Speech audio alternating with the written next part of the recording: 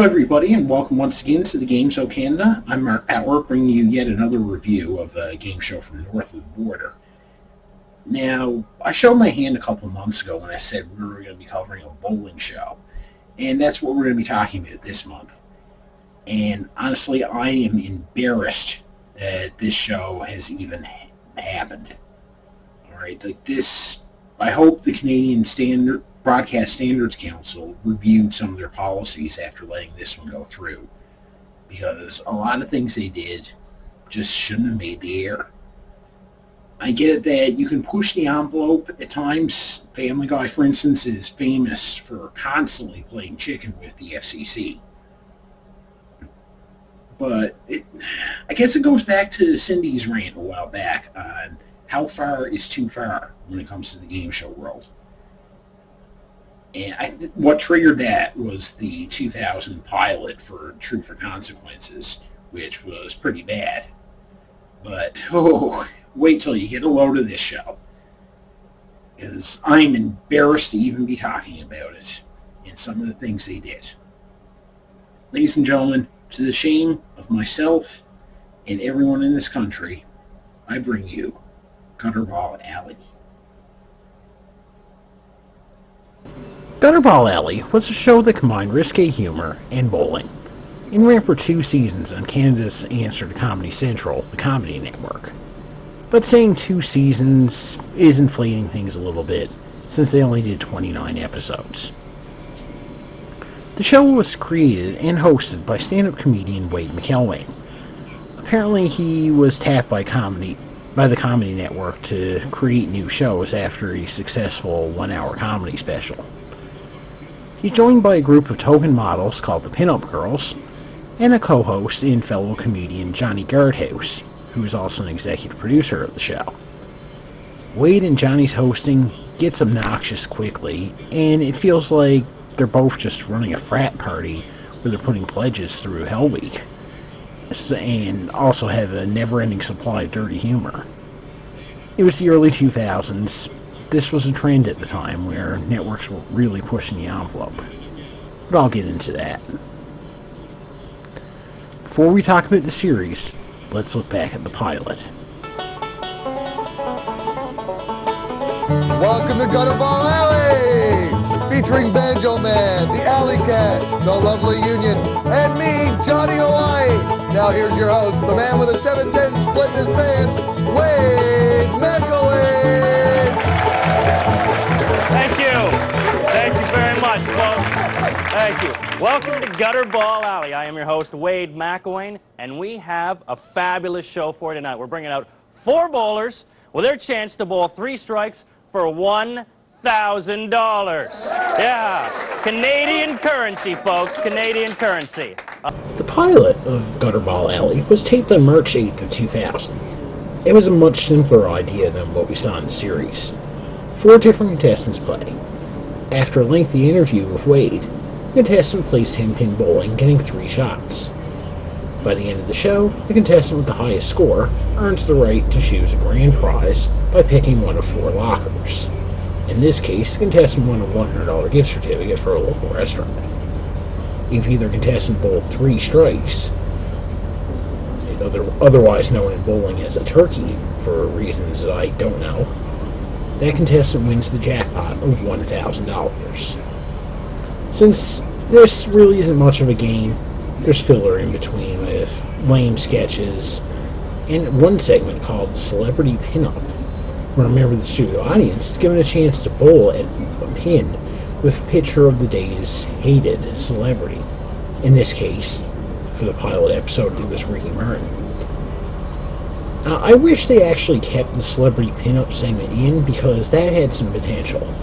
It kind of made me think of the old chicken cannon from Royal Canadian Air Force, which always parodied celebrity. Ultimately, though, the pilot was boring, and it just looked cheap. McElwain was pretty stiff as host, and he admitted everything was done on a shoestring budget. So I am shocked that this got picked up. Well, it didn't really get picked up in this form. Comedy Network did give it the green light, but gave the show a complete overhaul.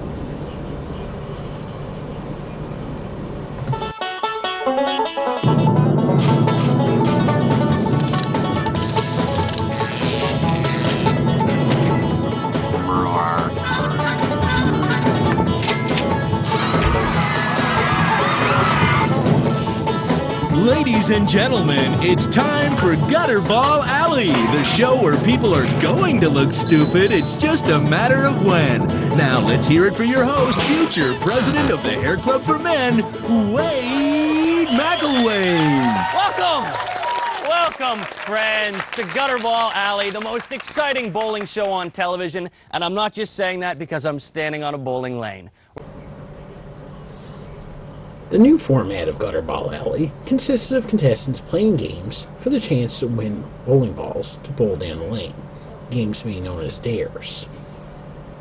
After completing the dare, where the contestant can earn up to 3 shots, the contestant then bowled, scoring $50 for each pin they knocked down during their shots, and if they got a strike, they won a $100 bonus for a total of $600. If the contestant bowls a gutter ball, however, they lose everything. Any contestant who does lose it all receives, as a consolation prize, some movie tickets or some credits for Palladium, a popular arcade chain. Unfortunately, this is a little bit flawed since you don't have the option to refuse a shot and you're essentially forced to risk your money in spots when the reward's not really worth it. I mean, think about it. If you striked on your first 2 shots, you would have made $1,200, and at most you're only going to get another $600. So, not really worth it. But you got no choice. At the end of the show, in a complete rip-off of the big deal from Let's Make a Deal, the contestant who won the most money is then given a choice. They can keep the money they won, or trade it for one of 4 lockers, each containing a different prize.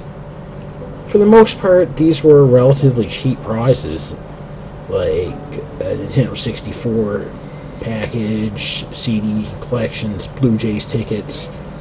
The grand prize could be a trip or a bunch of concert tickets. Now on paper, this wouldn't sound so bad. Silly stunts combined with bowling. A little tacky, but overall pretty harmless. It's just that, unfortunately, they went so far with the dares, and Wade and Johnny got so far with their antics that this show deserves a very big dishonor. You'll agree with me about this. And this is something I don't get to do very often. Roll the intro! Both 3 sparks to be a total 2.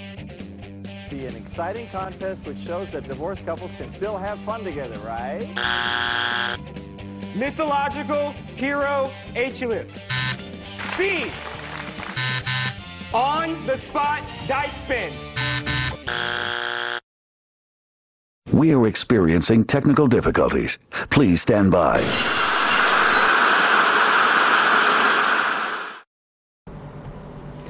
Now, I refer back to Cindy's rant a while back on this channel, talking about just how far is too far when it comes to game shows. This show crossed the line so many times. Let's go through the list. The show typically opened with a dare, usually involving 1 or 2 audience members trying some potentially humiliating stunt for money. In this case, both these contestants had to go through the classic holding your breath underwater for as long as possible, with the winner picking up a whopping $50. And fortunately, they didn't really seem to take safety too seriously here, because the only means of safety is Johnny watching both of them. And this is the kind of stunt that scares me, because there is such a potential for disaster here. I think back to when Dog Eat Dog did a more elaborate version of this stunt, and there was a contestant who claimed his safety device failed, forcing him to remain trapped underwater for much longer than he intended, and he ended up suing the show.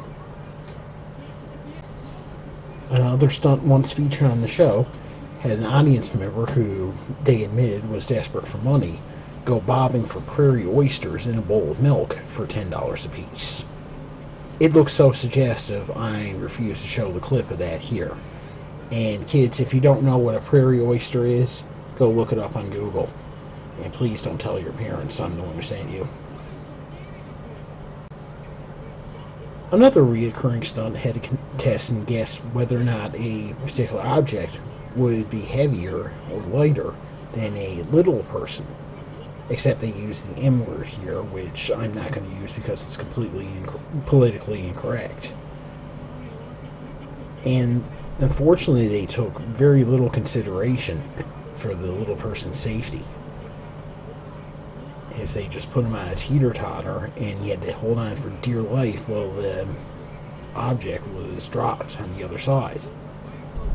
It's weird seeing this, though, because there are other clips where they did take some safety into account and had spotters who would carefully let him down if necessary. And may I just say that the little person looks thrilled to be there. And it must have been so humiliating for him. I'm disgusted. Throughout the show, Wade and Johnny even go further trying to humiliate the contestants, such as offering them small amounts of money to do things like bowling in their underwear. For instance, this guy here, he agreed to bowl with his pants off and wear a helmet for whatever reason for an extra $30. And just to show that the show is equally offensive to both genders, there was once an episode where they offered a female contestant an extra $50 and then $75 to take her top off. Yeah, she turned down the $50 right away, and when they then offered her $75, you can tell that she just wanted to tell them both to go off. It's something that would have never flown today, and probably would have ended the careers of everyone involved with the show. Now, I'm pretty easygoing. Risque humor doesn't usually bother me, to a point, but for me, that crossed the line, because it was just unnecessary. But I stopped watching the show after that. But then I found out, doing my research for this review, and after seeing another review of the same show by a user on YouTube named Bersercules, that the show went even further. And I'm not going to show any of these stunts that I'm about to talk about because I don't want to risk us getting a YouTube strike, and because I'm personally offended. I'm even uncomfortable just talking about this. But here goes. In one episode, a female contestant was given the stunt where she had to taste several flavored condoms and figure out what the flavor was while blindfolded. Making matters worse, they put the condoms on, let's call it an adult toy shaped like a certain part of the male anatomy. And they had a little person holding it near his crotch, making it look even more suggestive. Anyway, she earned the 3 shots and went on to hit a gutter ball in her 3rd shot, getting absolutely nothing for her efforts. Earlier in the show, another female contestant had to perform a stunt where she was dropping grapes into a fat man's underwear, who then squashed the grapes and they drained into a glass, what the show called ass wine. Anyway, she filled up the cup high enough to get 2 shots, and Wade offered her a 3rd shot if she would actually drink the wine. Yuck. And fortunately, she also hit a gutter ball in her 3rd shot and lost everything. So she drank ass wine for nothing. The 3rd male contestant ended up playing a game called Poison Pinatas, which was actually pretty harmless. He just ended up getting slimed and only won a whopping $50 during the bowling session. But just before the bonus round, Wade offered the man an additional $20 to lick the slime, which, let's just say it didn't look like slime, off his own shorts. When he turned it down, one of the other women stepped up and licked his shorts near his crotch for $20. Come on.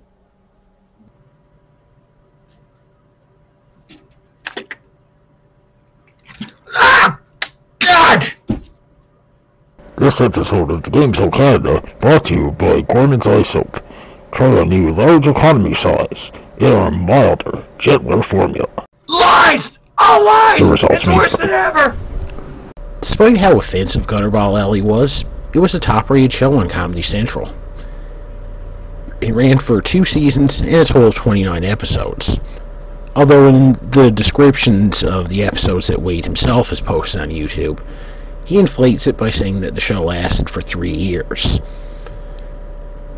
And really, as far as I'm concerned, 29 episodes, it ran about 29 episodes too long. But hey, you know what? They found an audience. I guess it's just like Eric Bischoff's always said, controversy creates cash. And Wade has gone on to a very successful career. He's written and produced over 400 TV episodes, written and produced several travelogue shows, and now runs the trivia site trivialaw.com, the UK's largest trivia-based website. And it was the first program to use second screen engagement, where viewers could play along in real time for free. And he's won several awards for his work, so at least some good came out of it. Johnny, meanwhile, still continues his stand-up career, but I hope he has other plans, because as far as I'm concerned, his stand-up comedy, So that's going to do it for this edition of the Game Show Canada. We will see you next time. Until then, this is Marc Power, saying long may your big jib draw.